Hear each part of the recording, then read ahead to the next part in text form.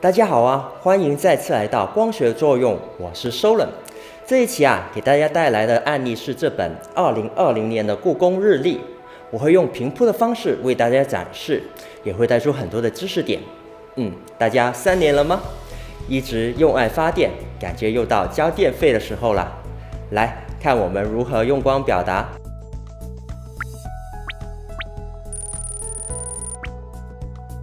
在这次的案例中，我们只用到了主光灯和补光灯2盏灯进行拍摄。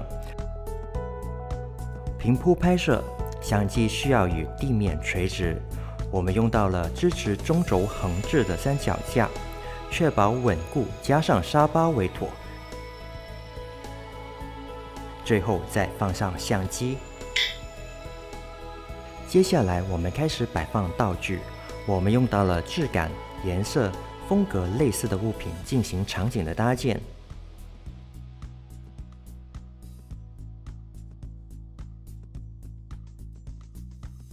为了在平铺拍摄的画面中突出主体，日历用小方盒进行垫高。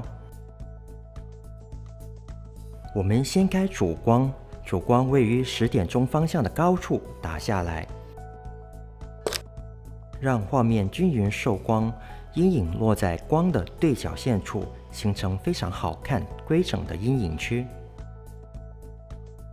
右下角4点钟的方向进行适当的补光，因为光比的妥当，补光灯不会在左上角留下多余的阴影区。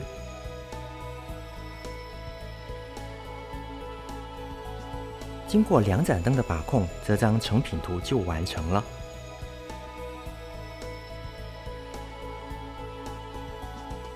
我们再来复盘这个场景。首先，为什么我们的主光要在左上角呢？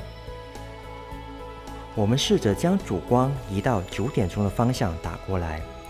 现在的状况是阴影与物体在同一水平线上，分离度不高。那主光若来到7点钟、6点钟、4点钟等位置打过来，那又会怎么样呢？大家可以看到，这样用底光拍摄的效果，阴影上飘，让人感觉非常不稳定，违反了人对光线走向的一般认知。通常在鬼片里才会用到这样的底光进行拍摄。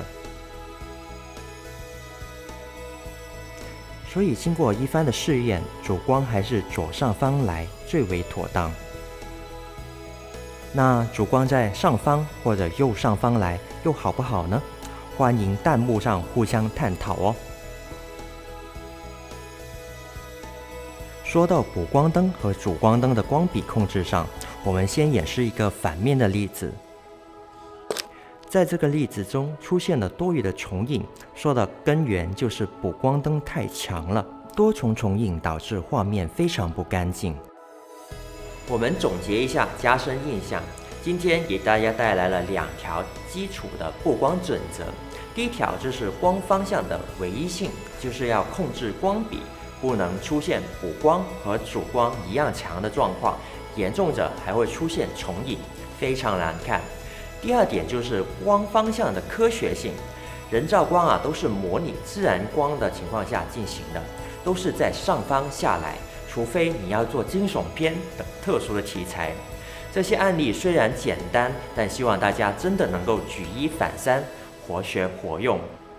大家学到了吗？我也要去交电费了。还没3年的小伙伴，记得长按一下大拇指键哦。点一下关注键就能实时看到我每周更新的拍摄的教程。那我们下期再见啦。我的光呢？光呢？